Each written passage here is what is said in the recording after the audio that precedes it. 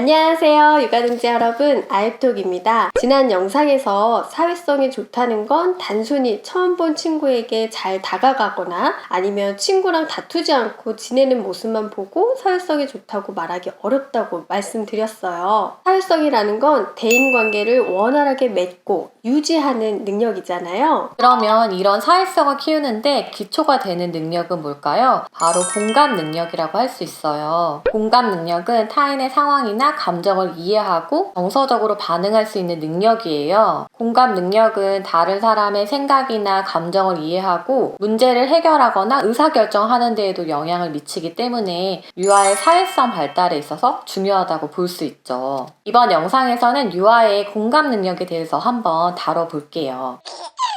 공감 능력은 정서적 공감 능력과 인지적 공감 능력으로 구분할 수 있어요. 정서적인 공감 능력은 다른 사람이 느끼는 고통, 슬픔 같은 감정을 자기가 겪은 것처럼 느끼는 감정과 행동이에요. 제가 얼마 전에 저희 첫째랑 같이 평강공주와 바보 온달 연극을 보러 갔어요. 마지막에 온달이 전쟁터에 나가서 죽은 거예요. 그래서 막 거기 있는 등장인물들이 구슬프게 울고 슬퍼하고 이러는데 저희 바로 앞에 앉았던 여자애가 한 7살, 8살 정도 되어 보이는 여자인데 막 눈물을 조금씩 이렇게 훔치기 시작하더니 나중에 어깨를 막 들썩들썩 하면서 우는 거예요. 그렇게 슬픈 장면을 보면서 그 아이는 공감해서 슬퍼서 이렇게 눈물을 흘리고 이게 바로 정서적인 공감 능력인 거죠. 재준이는 안 울었어? 옆에 있는 저희 아들을 봤어요. 아무렇지 않더라고요. 그래서 제가 물어봤거든요. 저 앞에 친구 아까 왜 울었던 것 같아? 그랬더니 온달이 죽어서 슬퍼서 그러더라고요. 너는 어땠니? 그랬더니 슬프긴 슬펐지.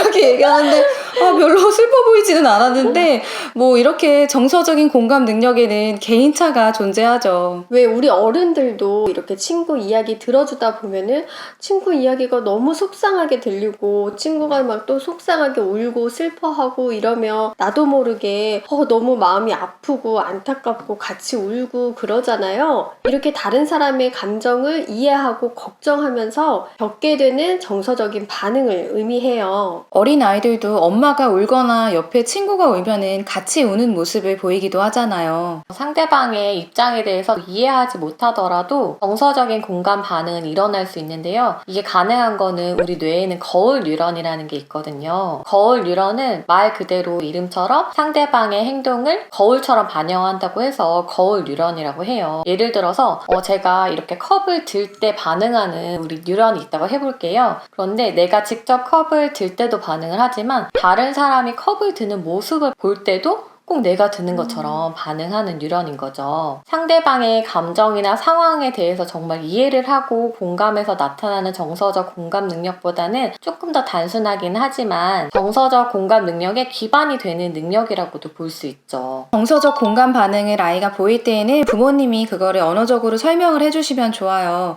아까 그 평강공주와 바보 온달 이야기를 보고서 아이가 울었잖아요. 그럼 그런 경우에 온달이 죽어서 평강공주가 슬퍼하는 모습을 보니까 우리 누구도 속상하고 슬퍼져서 눈물이 났구나 이렇게 이야기해 주실 수 있는 거예요. 그러면 아이들이 자기가 느끼는 감정을 더 잘 인식하고 이해할 수가 있게 되죠. 공감 능력은 정서적 반응 외에도 인지적 공감 능력으로 이루어져 있어요. 다른 사람의 생각과 감정을 정확히 예측하고 감정이나 생각 등에 대해서 보다 구체적으로 식별할 수 있는 능력을 의미해요. 만약에 친구 집에서 놀다가 장난감이 망가진 거예요. 그때 친구가 막 엄청 울고 속상해하는 모습을 보고 이 친구가 정말 소중하게 생각하는 장난감이어서 망가져서 속상해하는구나 라고 상대방의 입장에서 그 사람의 마음을 의식적으로 이해하고 파악하고 공감하는 능력이 인지적 공감 능력이라고 할 수 있는 거죠. 정서적인 공감은 이유를 알지 못해도 나타나는 반응이라고 한다면 인지적 공감은 상황을 파악하고 이해하는 인지적인 능력이 중요해요. 아이가 만약에 친구랑 싸우고 와서 속상해하는 모습을 보인다면 우리 육아동지님들도 아이의 감정에 이입해서 공감 많이 하시죠. 근데 우리 아이가 속상해하는 모습을 보니까 나도 너무 속상하고 눈물이 날 것 같다. 그렇다면 정서적인 공감을 하고 있는 거고요. 우리 아이의 기질이나 특성을 잘 이해하고 얘가 이런 상황에서 그랬겠구나 이렇게 어떤 마음일지 이해가 되는 거는 인지적인 공감이라고 할 수 있어요. 다른 사람의 행동이나 말에서 그 사람의 의도나 생각, 마음을 읽는 능력은 나와 타인을 구별할 수 있어야 가능한 능력이에요. 아이들이 한 18개월쯤 되면 거울 속에 자신을 인식할 수 있다고 말씀드렸었잖아요. 그래서 이 시기의 아이들은 다른 사람의 행동을 보고 그 사람의 의도를 추론하는 능력이 조금씩 생겨나기 시작해요. 예를 들어서 만약에 엄마가 무거운 물건을 양손에 들고 문 앞에서 막 이렇게 발로 막 문을 열려고 시도하는 모습을 봤다고 해보세요. 그러면 어린 아이들도 가서 이렇게 문 열어주는, 도와주는 행동을 하거든요. 아니면 양육자가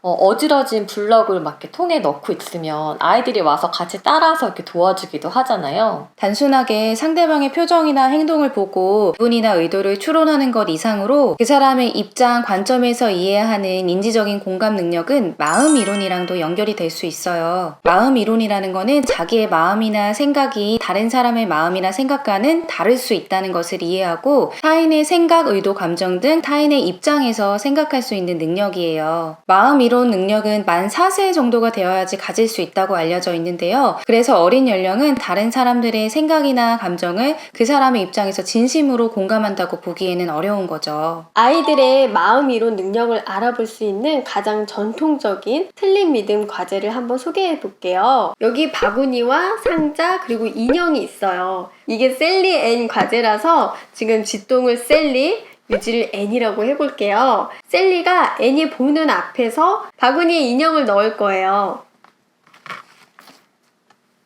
그리고 셀리가 화장실에 간다며 밖에 나가는 거예요. 잘 갔다 와. 그런데 이때 앤이 바구니에 있는 인형을 상자로 옮기는 거예요.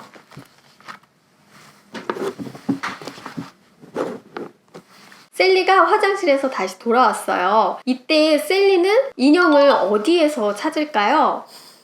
평균적으로 만 4세 이전의 아이들은 내가 알고 있는 생각과 다른 사람의 생각을 구별하기 어렵기 때문에 셀리가 돌아와서 박스 안에서 인형을 찾을 거라고 대답을 해요. 하지만 마음이론 능력이 생기게 되면 셀리가 화장실에 가서 앤이 인형을 바구니에서 박스로 옮기는 걸 못 봤기 때문에 셀리가 바구니 안에서 인형을 찾을 거야 라는 걸 이해할 수 있게 되죠. 이렇게 나와는 다르게 다른 사람의 입장에서 상황을 이해하고 인지하는 능력이 발달하면서 인지적 공감 능력도 함께 발달하게 됩니다. 아이들의 공감 능력은 발달적으로 순차적인 단계를 거치면서 어떤 특정 시기가 되어야만 획득하게 되는 능력이기도 한데요. 그렇기 때문에 아직 어린 아이들에게는 다른 사람의 마음을 이해하고 공감하는 데 한계가 있을 수 있다는 것을 우리가 기억할 필요가 있어요. 일상에서 자연스럽게 아이의 마음을 읽어주시고 공감해주시고 또 다른 사람의 입장에서 생각해보면 이럴 수 있어.